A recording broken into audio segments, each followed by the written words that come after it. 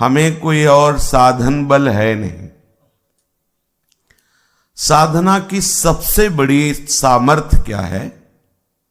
विश्वास अपने मार्ग में और कहीं भी। सबसे बड़ी भूमिका साधना की विश्वास है। हम पहले दृढ़ विश्वास कर लें कि हम प्रभु के आश्रित हैं। दूसरा, दृढ़ विश्वास कर लें कि हमें प्रभु ने स्वीकार कर लिया है। तो आप कहेंगे हमें कैसे पता चलेगा प्रभु ने स्वीकार कर लिया? शास्त्र कहते हैं, महापुरुष जन कहते हैं, प्रभु जिसे स्वीकार कर लेते हैं उसे सत्संग प्राप्त हो जाता है, उसे संतों का सानिध्य प्राप्त हो जाता है, उसे भगवत मार्ग अच्छा लगने लगता है, उसे नाम जपने की रुचि होने लगती है। अगर कुछ नहीं है तो भी वो इतना जानता है कि मेरे से कुछ हो नहीं सकता, पर आप मेरे हैं। बहुत बड़ी बात है ये, आप मेरे हैं। पता नहीं मैं साधन कर पा रहा हूं कि नहीं, कर पाऊंगा कि नहीं, इसका निर्णय तो नहीं कर सकता, पर प्रभु आप मेरे हैं, इसमें अब कोई संशय नहीं। जो उपासक प्रभु के चरणों का आश्रय ले लेता है और ये हृदय में बैठा लेता है कि मेरे प्रभु ने मुझे स्वीकार कर लिया है, ये बहुत बहुत बढ़िया बात है, बहुत बड़ी बात है। मतलब कुछ ना हो तो इतने से ही सब काम हो जाएगा। बोले कभी तो कहते हैं कि श्वास खाली गई और एक सुई में भी राग रहा तो लौटना पड़ेगा। तब क्या विश्वास करे तुम्हारी बात पर? नहीं कह सकते लोग। देखो, ये है हमारी नींव, और वो जो बोलते हैं ना, वो महल का निर्माण है। कितना सुंदर महल बनाना है, प्रिया प्रीतम हमारे खेलेंगे तो उसमें नींव भर के आलस्य करके पड़े थोड़ी रहना है। पर अब बनाने में यदि आप असमर्थता प्रकट करते हैं तो नींव मजबूत कर लो। ये नींव ऐसी है कि स्वयं महल बनकर के खड़ी हो जाएगी, स्वयं बनकर खड़ी हो जाएगी। आश्रय दृढ़ होता जाए बस। एक छोटा सा बालक 2 वर्ष का है, उसने कभी ये चिंतन नहीं किया कि मेरी मां सर्दी आने वाली है और मुझे क्या पहनाएगी। उसने कभी चिंतन नहीं किया। मां महीना के पहले ही, सर्दियों के आने के पहले ही उसके नाप के कपड़े बनवा करके रख लेती, बालक को पता भी नहीं होता। वो कहता है मुझे इतने नहीं पहनने, लेकिन वो पहनाती है, बच्चे को कहीं सर्दी ना लग जाए। मां में जो ये चेष्टा है वो जानते हो किससे है? वात्सल्य गुण से है। वात्सल्य, हमारे प्रभु वात्सल्य समुद्र है। तुम्हारी सोच ही नहीं जा सकती कि वो आपको कितना प्यार करते हैं।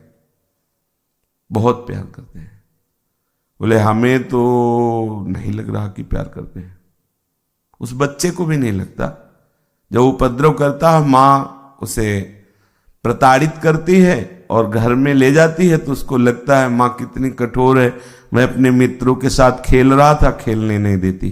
खेलने में उसका अहित है, इसलिए वो घर में लाके बंद कर देती है, डांटती है उसे। ये भी वात्सल्य का एक गुण है। बस आप समझ लो, हमारे प्रभु इतने वात्सल्य सिंधु हैं कि आवश्यकता के पहले व्यवस्था कर देते हैं। आवश्यकता के पहले। आपको विश्वास तभी होगा जब आप उस कृपा को पहचाने। देखो, अनंत जन्मों से भटक रहे थे, मानव शरीर रूपी पोशाक किसने दी? ना तो आपके पास इतने सुकृत थे और ना आपने कभी मांग की। दोनों बातें। सुकृत भी नहीं थे कि आप खरीद लेते इसे, और आपकी मांग भी नहीं थी क्योंकि आपको पता ही नहीं था अन्य योनियों में कि आप ऐसी मांग कर सके।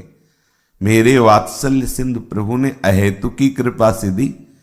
कबहू का करी करुणा नर देही, देत ईस बिनु हेतु स्नेही। बिना हेतु के, बिना किसी कारण के, इसमें कारण नहीं लग सकता कि हमारे भाग्य थे हम मनुष्य बने, पुण्य हमारा बढ़ा मनुष्य, ऐसा नहीं। ये केवल भगवत कृपा से मिला है। पावा, बड़े भाग मानुष तन पावा।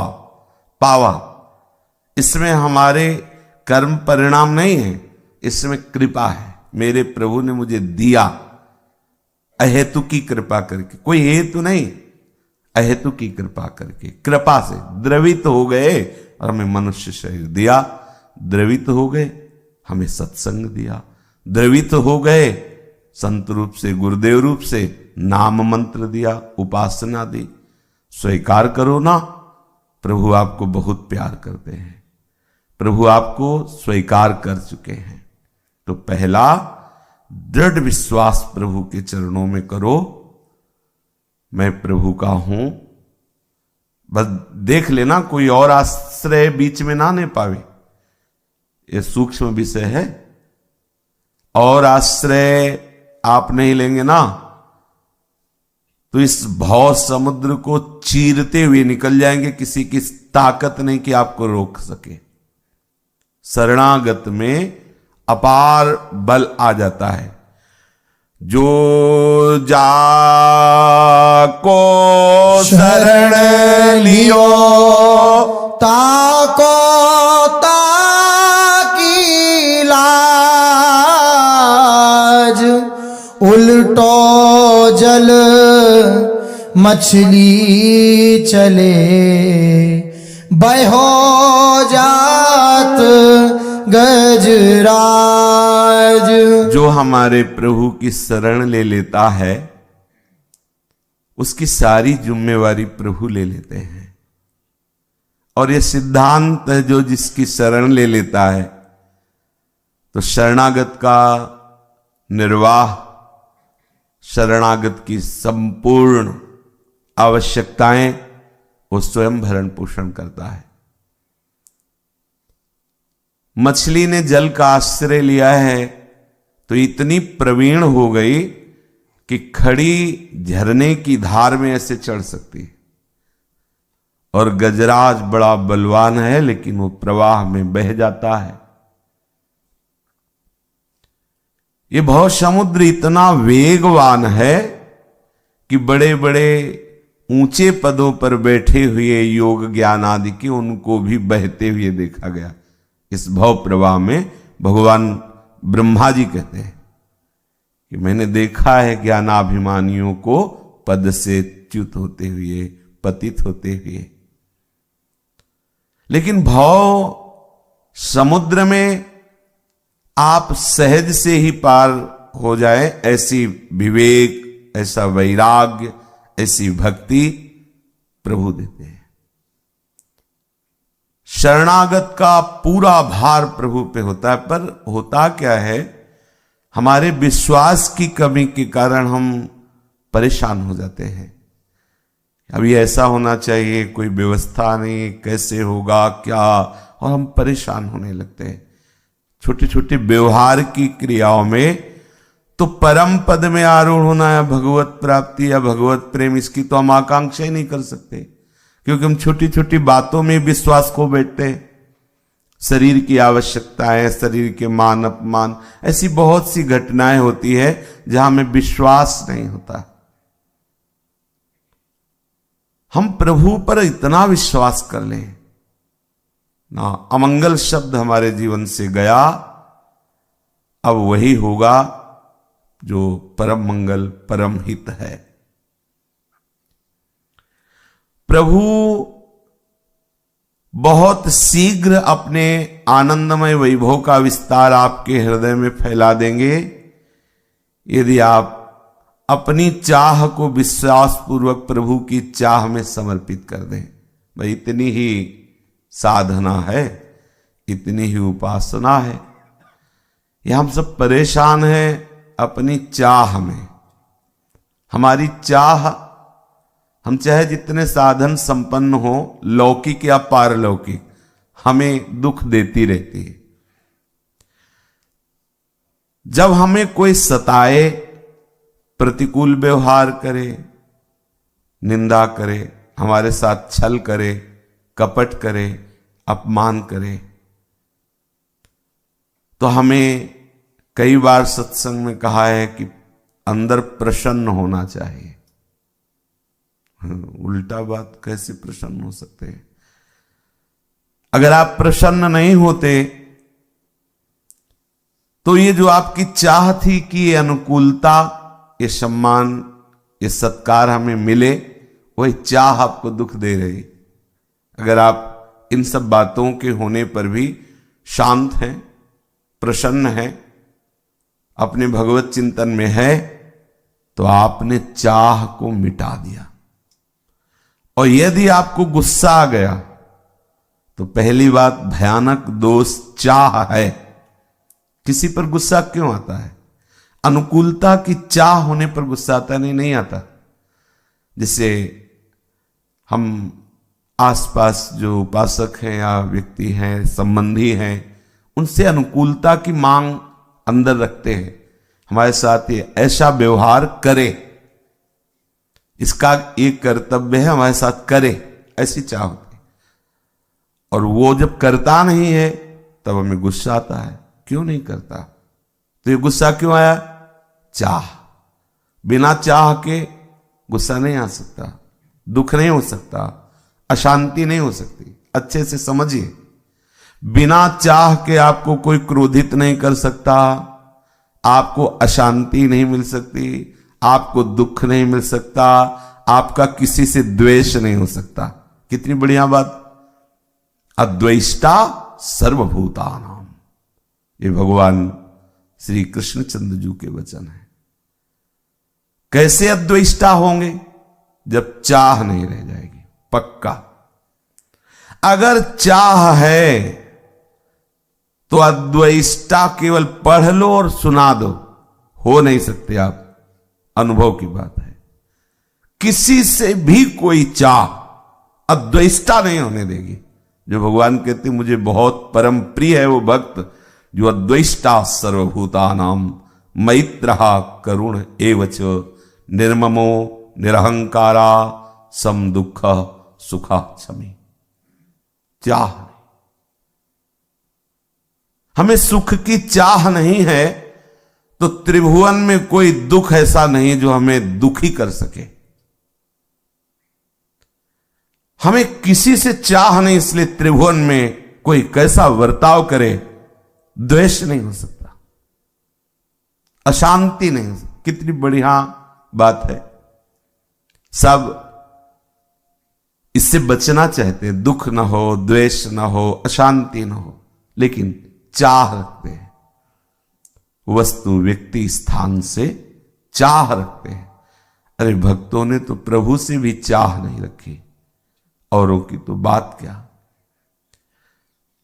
जब हम किसी पर क्रोधित होते हैं तो हमारा भजन जो प्रभाव अंतःकरण में करना चाहिए, उसका जो ऊर्जा शक्ति बनी, भजन का एक प्रभाव होता है, उसी प्रभाव से अधोगामी मन को ऊर्ध्वगामी बनाया जाता है। ये जो मना खष्टानि इंद्रियाणि प्रकृतिस्थानि कर्षति है ना, ये कृष्णाकर्षणी वृत्ति से युक्त हो जाती है। भक्ति का जो है कृष्णाकर्षणी जो स्वरूप है वो ऐसे है। संसार के सम्मुख जो हमारी इंद्रियां हैं, मन है, इनको हटाकर प्रभु के सन्मुख करने की सामर्थ्य ये भागवतिक साधन में है, भागवतिक अभ्यास में है। ये जो आप बार बार नाम जप करते हैं, पाठ करते हैं, सत्संग, ये सब मिला करके ये भजन है। भजन के द्वारा हमारी वृत्तियां, ये भगवद आश्रय नींव है, और जितना अभ्यास है ये सब परिपक्व भजन का स्वरूप है। और उससे हमारी इंद्रियां और मन भगवत सन्मुख होते, और जे भी सन्मुख हुआ आनंद ही आनंद है, विमुखता में दुख है।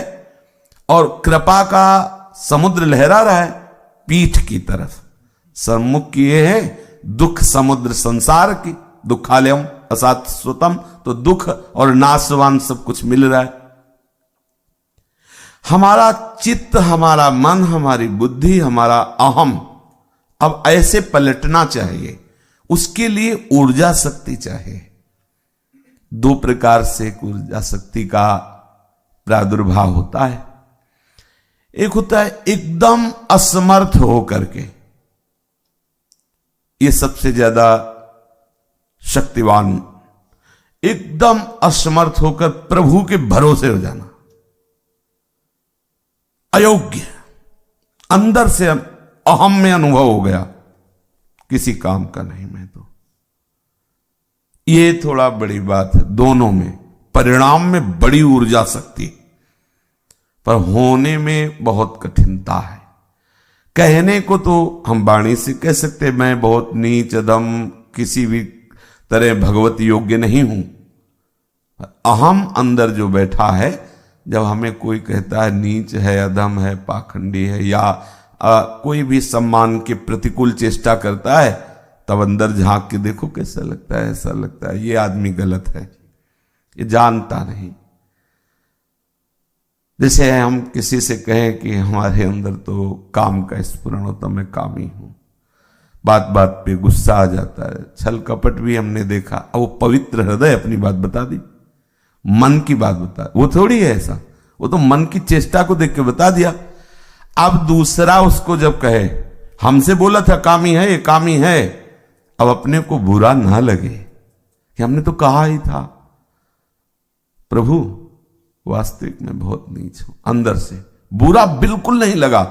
ये है, ये बात, ये बिल्कुल साधारण तौर तरीके से समझ लो। होता क्या है, अहम देवता वाणी से तो बुलवा सकते हैं, मैक से बोल देंगे हम तो, हम जैसे नीच अधम का। इतनी बड़ी बात आपने कह दी, नीच और अधम, अब कोई क्या कहेगा, इससे बड़ी बात क्या कह सकता है। इसी में सब समाहित हो गया। अब हमारे साथ कोई व्यवहार करता है जैसे नीच के साथ किया जाता है, तो हमें कैसा लगना चाहिए। भाई हम बाबा जी हैं और हमसे कोई कहता राधे श्याम, तो कोई खास बात थोड़ी लगती। क्यों? क्योंकि हम बाबा जी हैं, भगवत वेश है, और राधे श्याम कहता है तो ठीक ही है, हमें कोई बुरा या भला नहीं लगता, बुरा भला नहीं लगता, क्योंकि इस वेश का प्रभाव है और वो श्रद्धावान है, इसलिए बोला राधे श्याम, वो तो स्वाभाविक करेगा ही। ऐसे ही हम नीच हैं, वो हमारे साथ व्यवहार करे तो स्वाभाविक करेगा ही, मैं तो नीच हूं। आप उसी समय देख लेना, आपकी हृदय गति प्रभु के चरणों में होगी, प्यारे मैं बहुत नीच, और रोना आएगा कि प्रभु। लेकिन अहम देवता ये बात वास्तविकता से स्वीकार नहीं करते और ऐंठ जाते हैं। अगर उसको जवाब दे दे कि देखो हम वही कह रहे जो आप कह रहे थे, आपने कहा था ना कि आप नीच है, अधम है, कामी, तो वही बात मैं कह रहा हूं। अरे वैष्णव दैन्यता में बोले थे, तू क्या समझता है, वो एकदम आ जाएगा, वो हम एकदम, मतलब हमने कह दिया तो तूने मान लिया। अरे अब वो साबित करेगा कि हाँ मैं कामी नहीं, ये हम नहीं। तो जो महापुरुष जन बोले वही हम भी तो बोलते। हरिवंश महाप्रभु के क्वाहम तुच्छा परम मधमा प्राण्यो गर्ह कर्मा। हनुमान जी महाराज कह रहे अस्मय अधम सखा वो पर माता सबरी करे अधम ते अधम अधम मति नारी। आह, ये बहुत बड़ी सामर्थ है। इसे कहा जाता है कि वो भाई भक्ति के वचन, बहुत बड़ी सामर्थ्य वाला वो महापुरुष है जिसके हृदय में ये बात है, को हम तुच्छा परम मधमा, नीचा अपमानम शुदा। भक्ति का बहुत बड़ा स्वरूप प्रकाशित हो गया। पर ऐसा नहीं होता, ऐसा नहीं होता। हम लोग बहुत सरल मान करके इस बात में ही लौट पड़ते हैं, क्योंकि अभ्यास में कठिनता लगती है, और ये हम बिल्कुल स्वीकार नहीं करते कि हम अधम हैं। तो हमें बहुत काल तक कोई भी भागवती ऊर्जा शक्ति अपने अंदर नहीं लगती, क्योंकि दोनों बातें नहीं है। अभ्यास से हम हट जाते हैं कि हमसे तो कुछ होगा नहीं, मैं तो बहुत मलिन स्वभाव नीच हूं। बढ़िया है, ये बहुत बढ़िया साधन है, इसे हृदय में बैठा लो और यही बात रखो प्रभु के सामने, संतों के सामने और समाज के सामने। कहना नहीं है, अंदर आप अपने रखो ये बात कि मैं तो नीच अधम हूं। कोई दिखावटीपना नहीं करना। भले आप किसी को प्रणाम न करो, भले आप हाथ मत जोड़ो, आपके अंदर है ना मैं बहुत नीच अधम हूं, बस आप देख लेना, प्रभाव देखना इसका। पर ये चीज रहती रहे अंदर।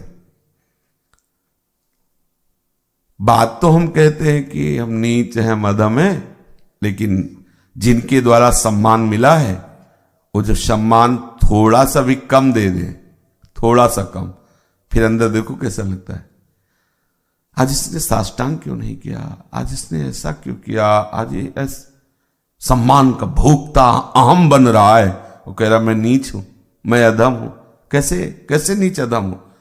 तुम नीच हो और अधम हो, सम्मान के भोक्ता बन रहे हो। कैसे तुम सेवक हो, सुख चाहते हो, मान चाहते हो, कैसे तुम हरिदास हो?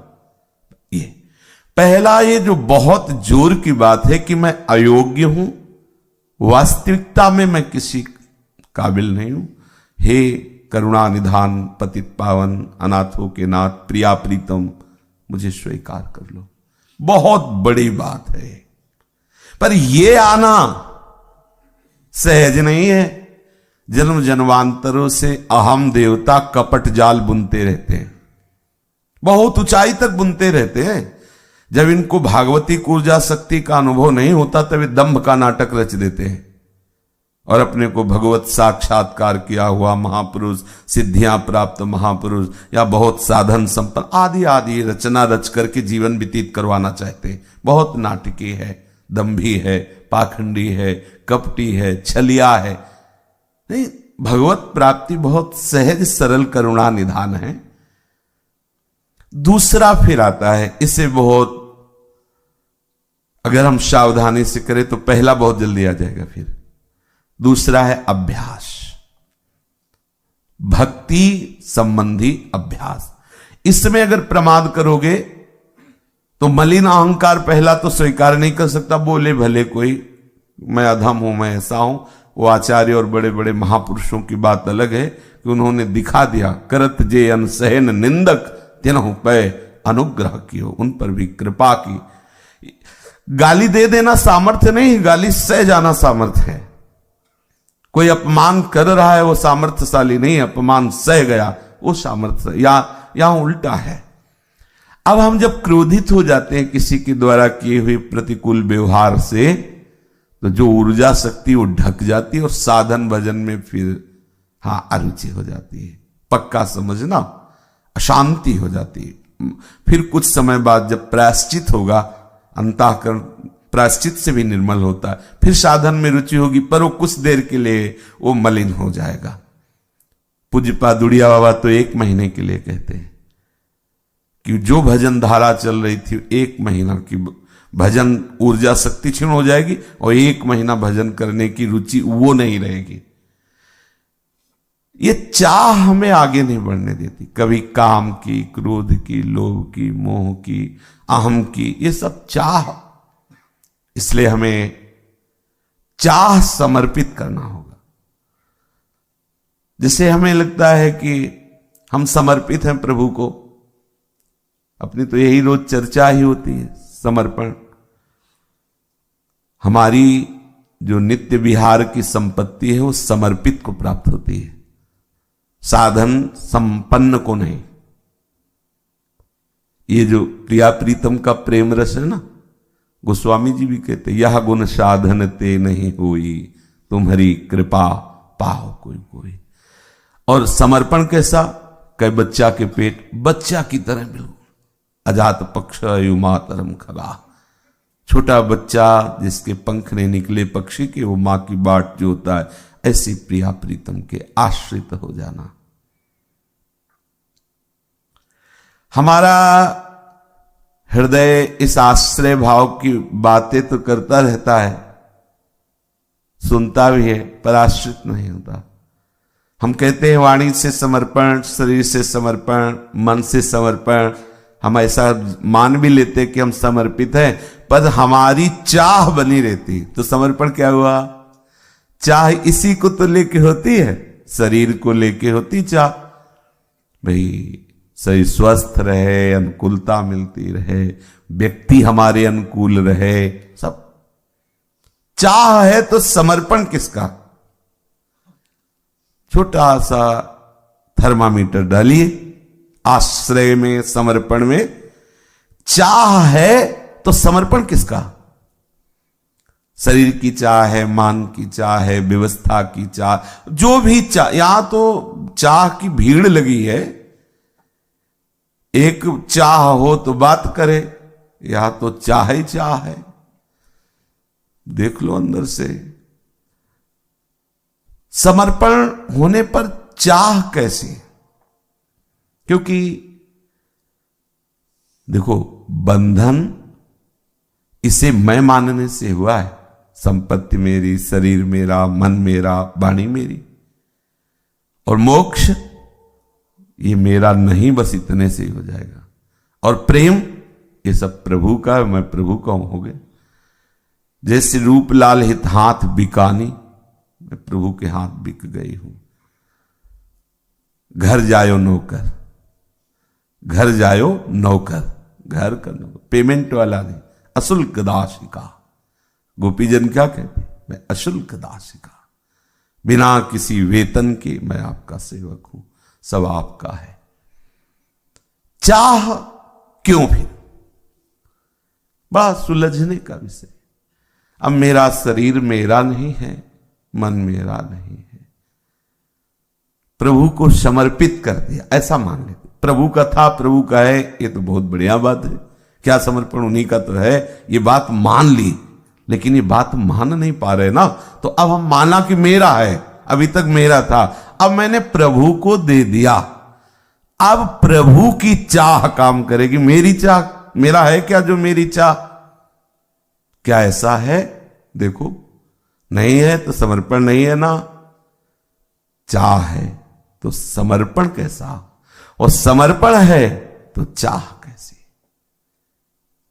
समर्पण जब किसी के भी प्रति हम कर देते हैं तो आप देखो,